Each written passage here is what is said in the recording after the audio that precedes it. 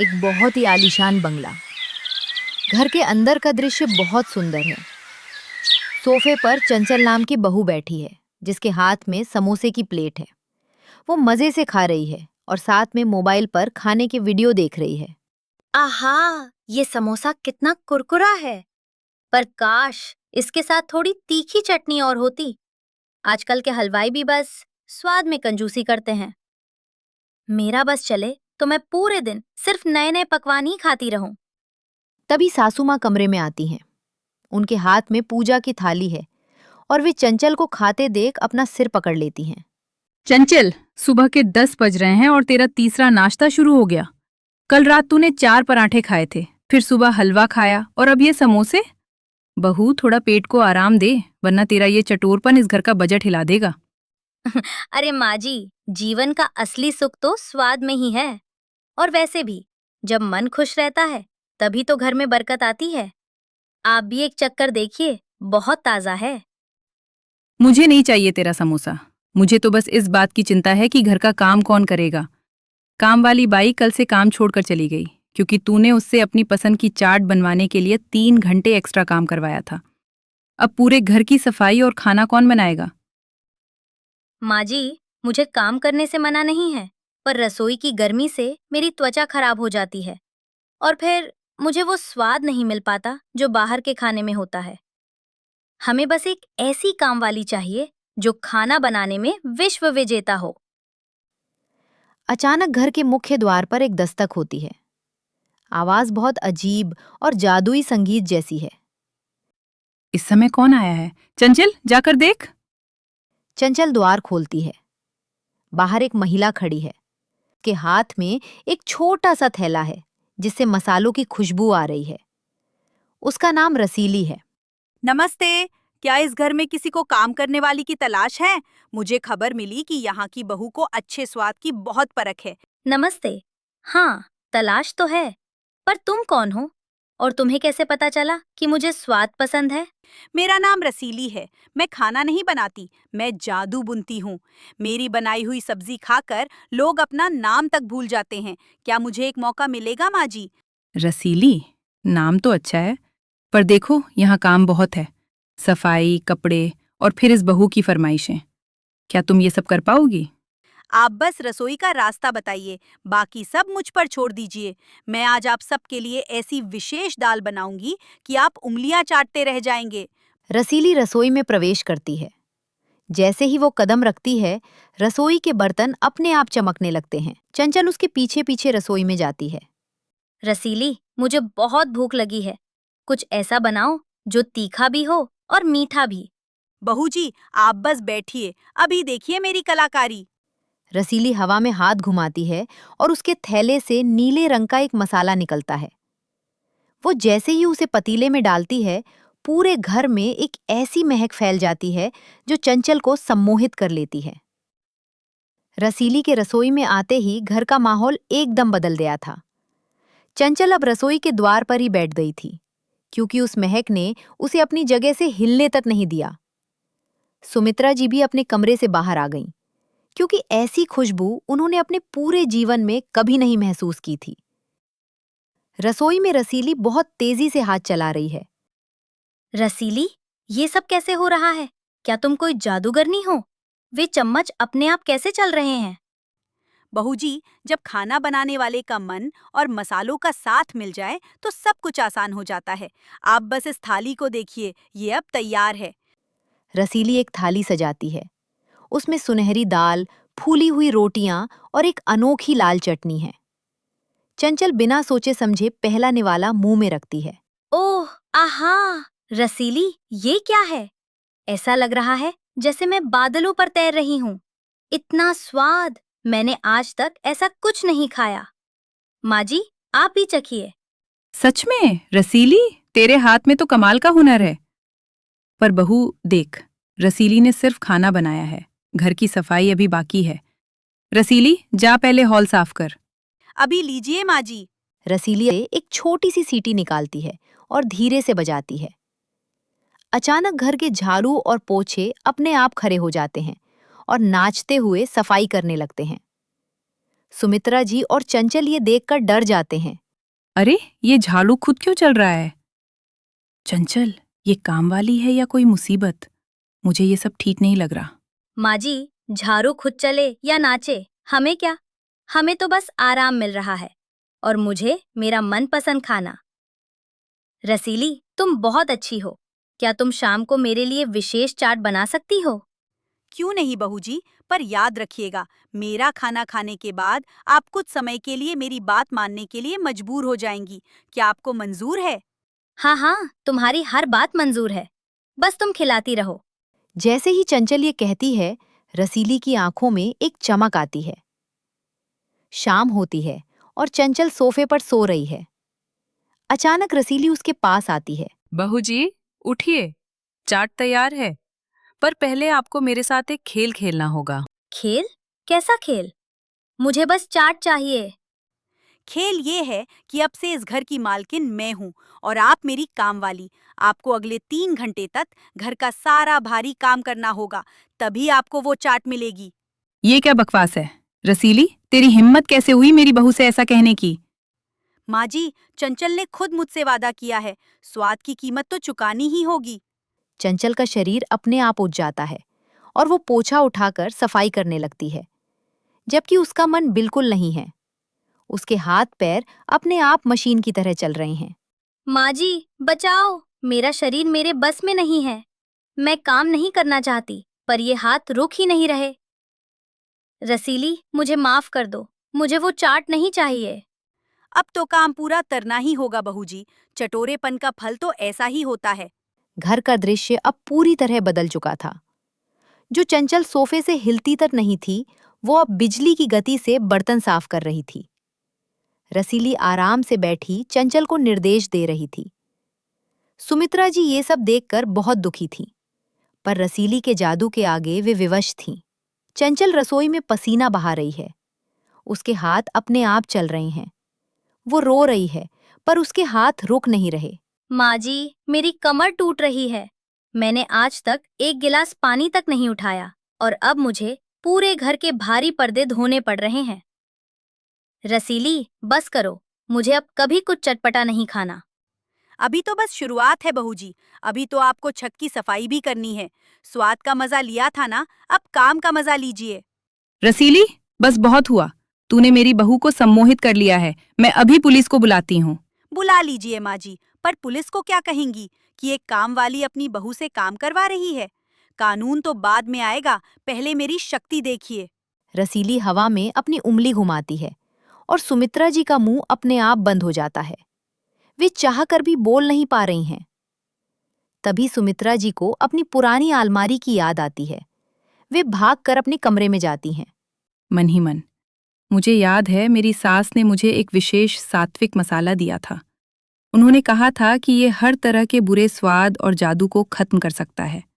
मुझे उसे खोजना ही होगा। सुमित्रा जी अपनी पुरानी संदूक खोलती हैं।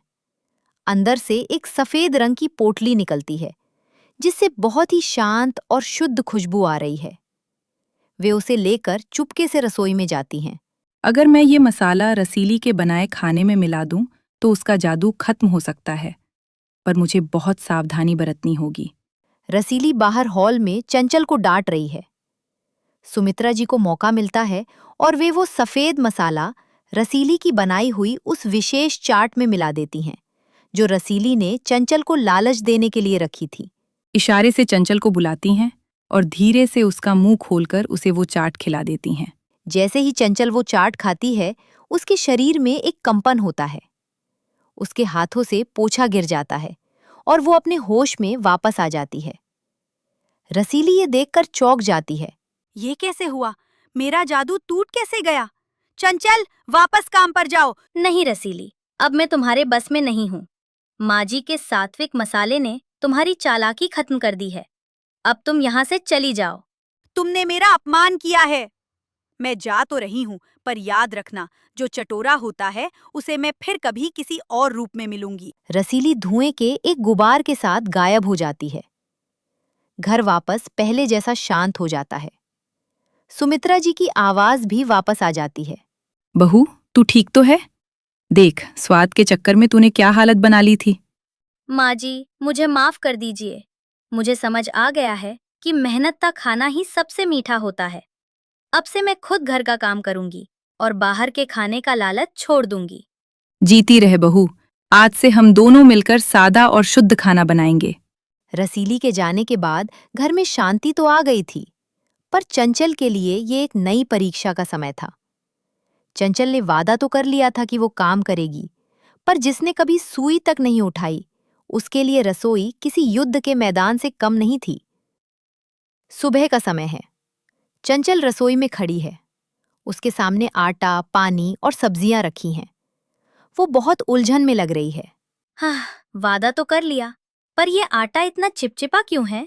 और ये चाकू, इससे सब्जी कम और मेरी उंगलियां ज्यादा कटने का डर है। माँ जी ने कहा था कि सादा खाना सुख देता है, पर सादा खाना बनाना तो सबसे मुश्किल काम है। तभी सुमित्रा जी रसोई में आती हैं। वे चंचल की हालत देखकर मुस्कुराती हैं। क्या हुआ बहू? क्या आटे ने तुझे जकड़ लिया है? देख, खाना बनाना एक कला है, कोई बोझ नहीं। प्यार से बनाएगी तो स्वाद अपने आप आ जाएगा। माँ जी, मैं कोशिश तो कर रही हूँ, पर मुझे बार बार वही पुरानी चटपटी चीजों की याद आ रही है। मेरा मन फिर से विचलित हो रहा है। क्या ये रसीली के जादू का असर है? नहीं बहू, ये तेरे मन का लालच है। इसे काबू में करना होगा। चल, आज मैं तुझे बेसन का चीला बनाना सिखाती हूँ। ये स्वाद में भी अच्छा है और सेहत के लिए भी। सुमित्रा जी और चंचल मिलकर खाना बनाना शुरू करती हैं। चंचल धीरे धीरे चीजों को समझने लगती है। तभी अचानक घर के बाहर एक बहुत ही तेज खुशबू फैलती है। ये खुशबू दही भल्ले और पापड़ी चाट की है। माँ जी, ये खुशबू, ये तो वैसी ही है जैसे रसीली के पास से आती थी। क्या वो वापस आ गई है? चंचल खिड़की से बाहर झांकती है। बाहर एक नया चाट वाला अपनी रेहड़ी लगाकर खड़ा है। उसका नाम तीखा राम है। वो बहुत ही अजीब तरीके से घंटी बजा रहा है। आइए आइए, ऐसी चाट जो मुर्दे में भी जान डाल दे। मुफ्त में चखिए और अपनी किस्मत बदलिए। माँ जी, बस एक बार देख कर आती हूँ कि वो नया चाट वाला कौन है। सिर्फ देखूंगी, खाऊंगी नहीं, सच। बहू, रुक। ये फिर से वही जाल हो सकता है। अपने कदमों को रोक। चंचल सुमित्रा जी की बात अनसुनी करके बाहर भाग जाती है। जैसे ही वो रेहड़ी के पास पहुंचती है, तीखा राम उसे देखकर एक रहस्यमयी मुस्कान देता है। आइए बहू जी, मुझे पता था आप सबसे पहले आएंगी। ये लीजिए, ये विशेष दही भल्ला आपके लिए ही बनाया है। इसमें मैंने कुछ ऐसा मिलाया है जो आपको हमेशा के लिए सुस्त बना देगा। क्या? सुस्त? मतलब मुझे फिर कभी काम नहीं करना पड़ेगा?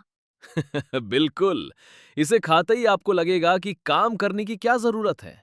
बस खाइए और सो जाइए, सारा घर अपने आप साफ हो जाएगा। चंचल जैसे ही वो भल्ला उठाने वाली होती है, उसे सुमित्रा जी की दी हुई वो सात्विक पोटली याद आती है। नहीं, मुझे ये सुख नहीं चाहिए। सुस्ती और लालच ने मुझे पहले ही बहुत दुख दिया है। तीखा राम, तुम जो भी हो, यहाँ से चले जाओ। जो उसके पल्लू में बंधी थी और तीखा राम की रेहड़ी पर छिड़क देती है। अचानक रेहड़ी से काला धुआं निकलने लगता है।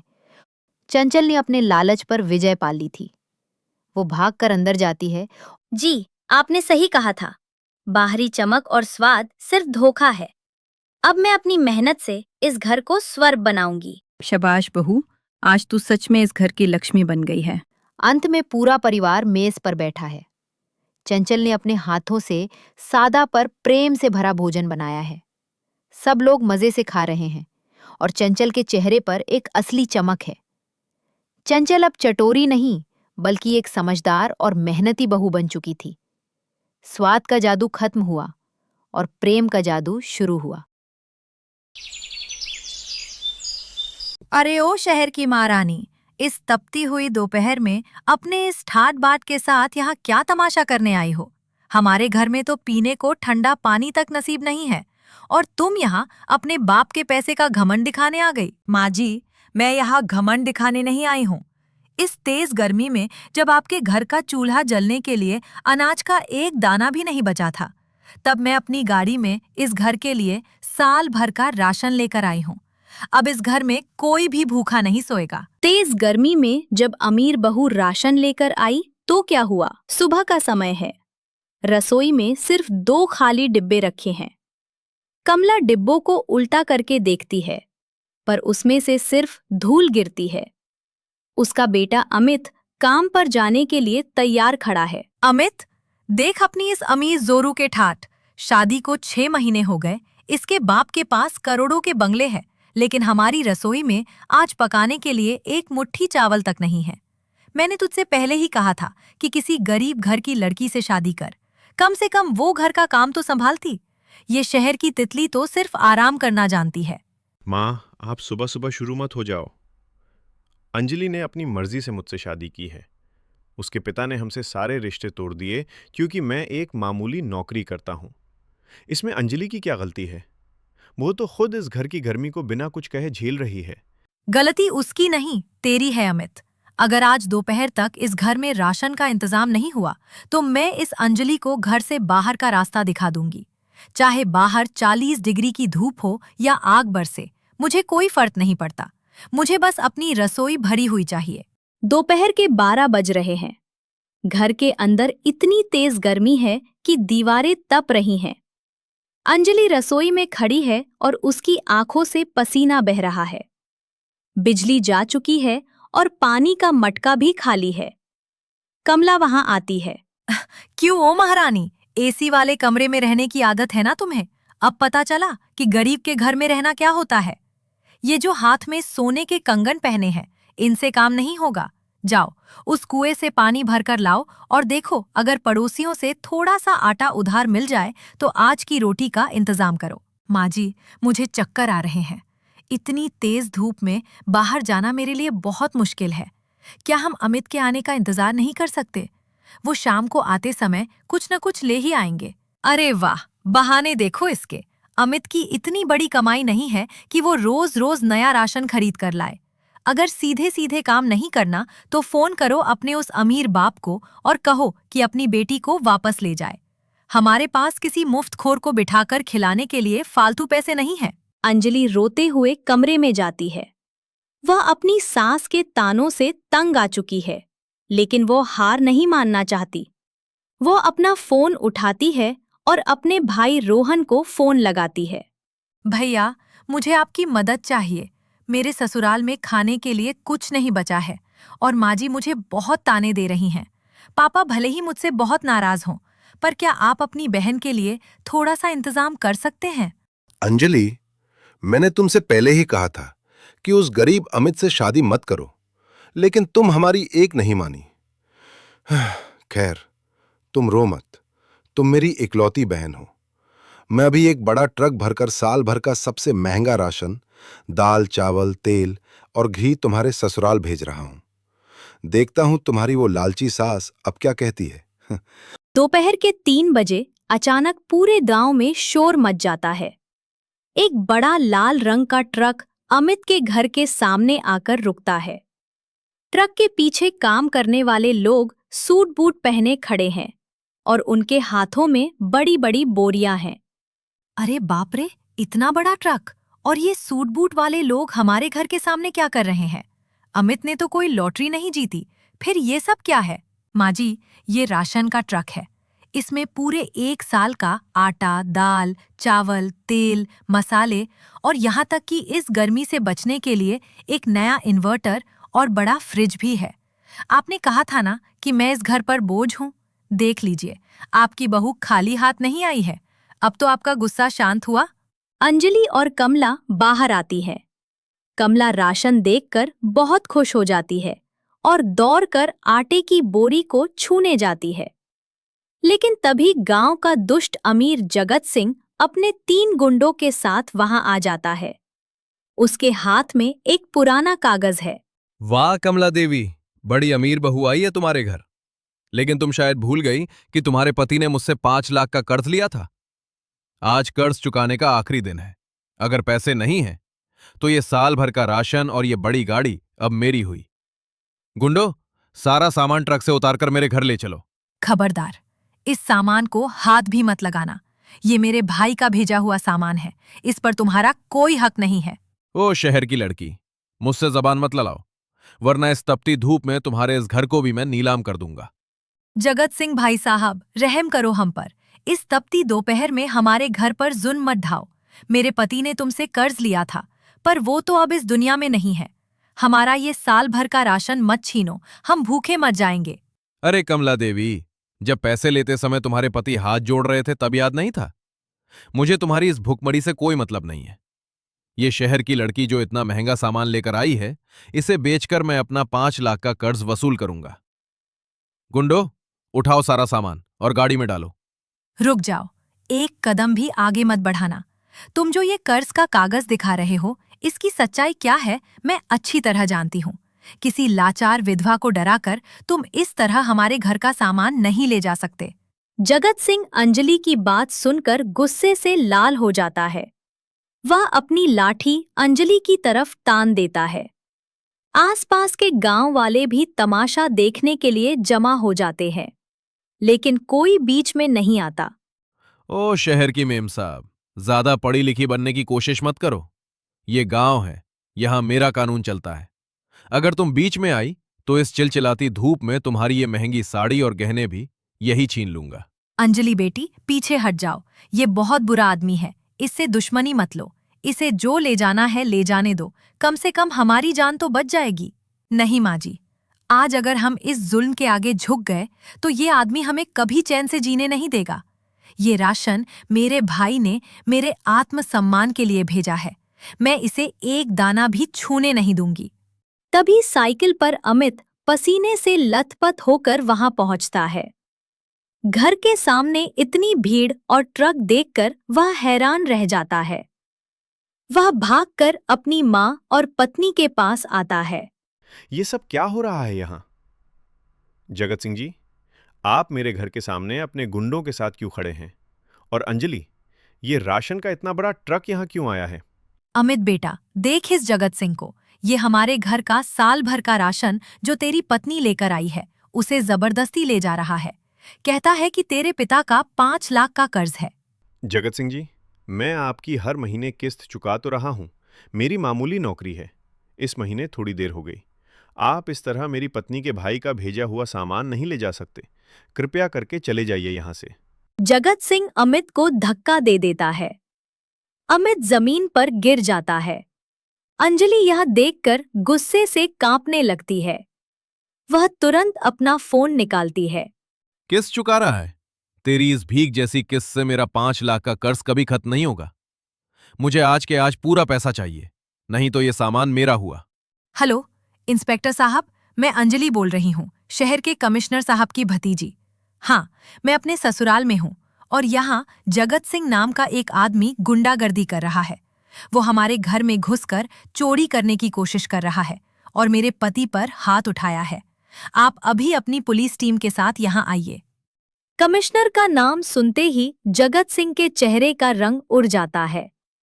उसके गुंडे पीछे हटने लगते हैं। जगत सिंह अपनी लाठी संभालते हुए घबराहट में अंजलि को देखता है।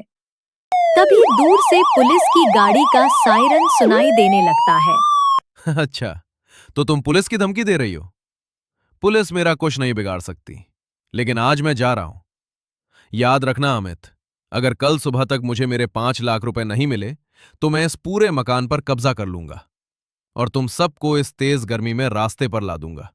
जगत सिंह अपने गुंडों के साथ भाग जाता है। पुलिस की गाड़ी आकर रुकती है। कमला अंजलि को अचरज से देखती है कि इस शहर की लड़की ने अकेले ही उस खतरनाक साहूकार को भगा दिया। इसने साहूकार को तो भगा दिया, पर 5 लाख रुपए कल सुबह कहाँ से आएंगे? अगर मकान चला गया तो इस साल भर के राशन का हम क्या करेंगे?